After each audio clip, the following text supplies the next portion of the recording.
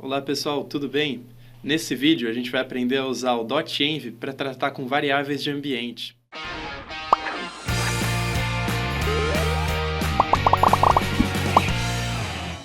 A gente tem aqui um sistema de controle de estoque que ele gerencia aqui produtos.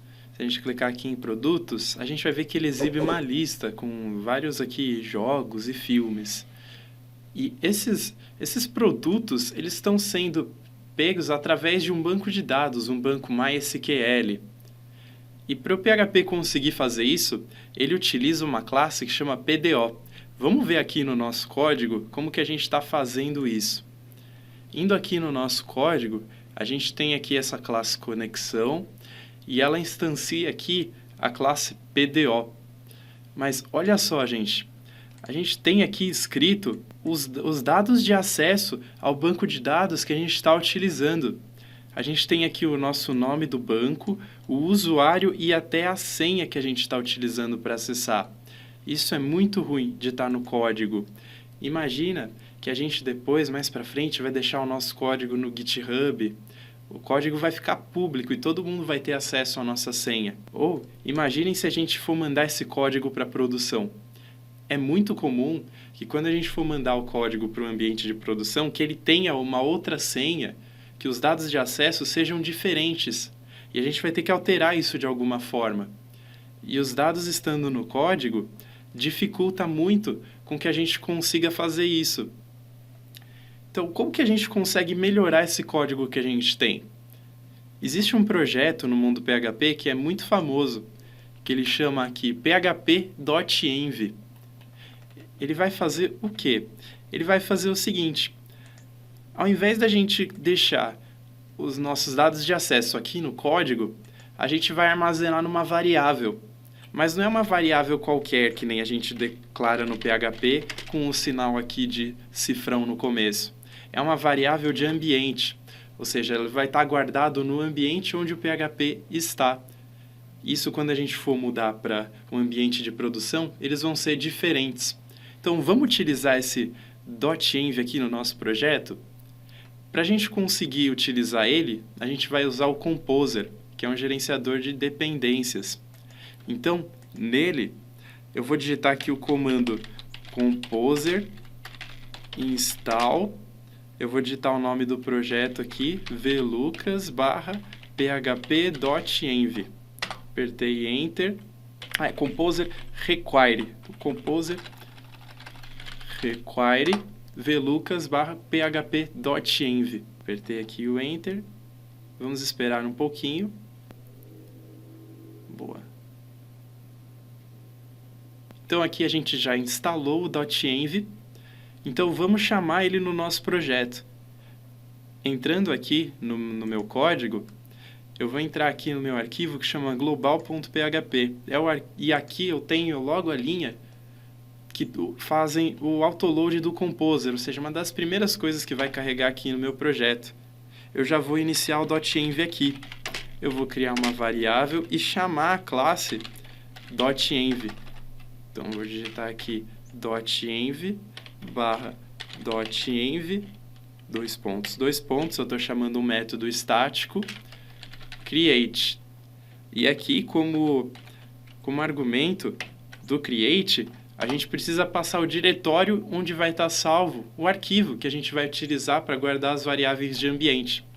Eu vou dar um nome aqui de dir, que é uma constante no PHP que fala que é o diretório desse arquivo onde eu estou, que no caso é o meu diretório raiz do projeto. Logo depois, a gente faz aqui a chamada load.env load, que aí ele vai carregar essas variáveis de ambiente. Agora falta só uma coisa. A gente precisa criar esse arquivo com as variáveis de ambiente. Então, eu vou vir aqui e vou criar um arquivo na minha pasta raiz, que ele vai se chamar como .env. Chamei aqui .env, e nesse arquivo a gente vai salvar os nossos dados de conexão do banco. Então eu vou vir aqui, onde eu faço a minha conexão, em conexão.php, e eu vou pegar aqui os dados. Eu vou querer o nome do banco, Então eu vou copiar aqui, Ctrl C. Eu vim aqui no meu arquivo .env e eu vou dar o nome dele aqui de banco underline nome. Eu vou colocar igual e o nome do meu banco de dados. Depois eu vou copiar aqui o meu usuário, colocar aqui embaixo como banco underline usuário. Colei o meu usuário. Agora eu vou fazer a mesma coisa para a senha também. Vou copiar e aqui no arquivo .env banco senha. Colei minha senha. Agora, para a gente chamar essas variáveis de ambiente, a gente vai utilizar uma função que chama getEnv. Então, eu vou vir aqui onde a gente está chamando o usuário e vou chamar aqui getEnv e o nome da nossa variável de ambiente como string. Então, aqui eu vou chamar o getEnv banco underline usuário. Copiei, colei. Vou fazer a mesma coisa aqui para a senha. getEnv banco underline senha. Banco underline senha é uma string. Pronto, eu quero fazer isso também com o nome do banco. Então eu vou vir aqui, eu vou fechar essas aspas antes, vou concatenar com a chamada da função getEnv. getEnv e o nome que é o banco underline nome. Pronto. Agora, o nosso código ele já não referencia mais os nossos dados de acesso diretamente. Ele chama isso de um arquivo. Agora a gente coloca tudo aqui no arquivo .env e chama o nosso arquivo a partir do nosso código. Agora você pode falar o seguinte, mas Giovanni, isso não adiantou nada. A gente ainda tem um arquivo aqui que chama .env que tem as nossas senhas. Isso não impediria uma pessoa de vir aqui e olhar? Bem, a gente pode adicionar esse arquivo no nosso arquivo .gitignore.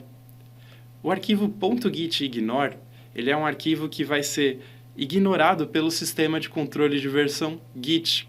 Assim, quando a gente publicar o nosso arquivo no GitHub ou quando a gente mandar ele para produção pelo Git, ele vai ignorar o nosso arquivo .env. Então, eu vou pôr aqui .env para ele ignorar.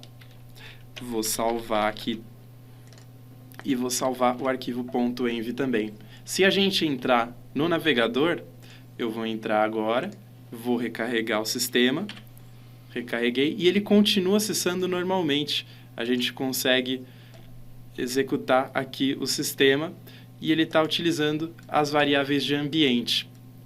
Em frameworks como o Laravel ou como o Symfony, se você estiver usando um desses frameworks, ele já vem com o .env configurado para você e você não precisa fazer mais nada. Aqui eu tenho um projeto padrão do Laravel e ele já vem aqui com o arquivo .env e ele tem até algumas chaves já configuradas. E é só você pegar e usar, você não precisa fazer nenhuma configuração adicional se você estiver usando esses frameworks. E é isso, pessoal. Tendo qualquer dúvida, é só perguntar no fórum e vejo vocês nos cursos.